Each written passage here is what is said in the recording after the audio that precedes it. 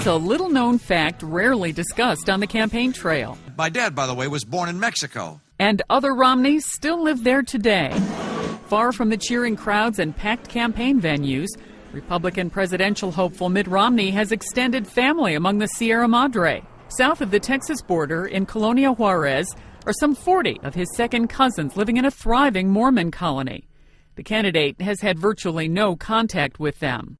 No, he doesn't know me, I don't know him.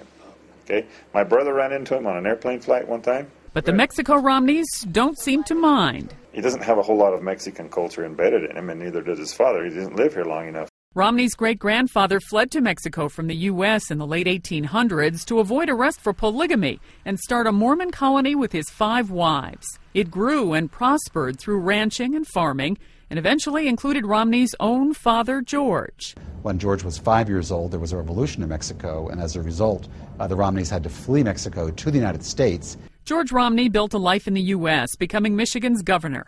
But his relatives returned to the colony, which now boasts a school, businesses, and a temple. Romney's own siblings have visited.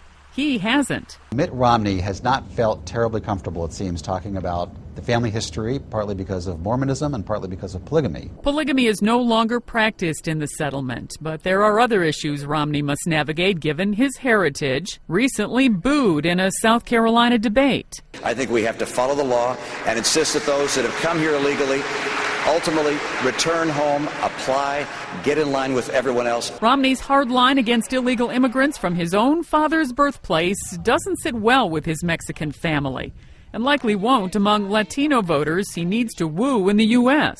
As long as there's jobs out there and people here are starving, they're going to go out there. But overall, this part of the family is pleased to include someone who might be president. I think he is the solution to the economic problems in the United States. Still, they'd like to meet him. Sandy Kozel, The Associated Press.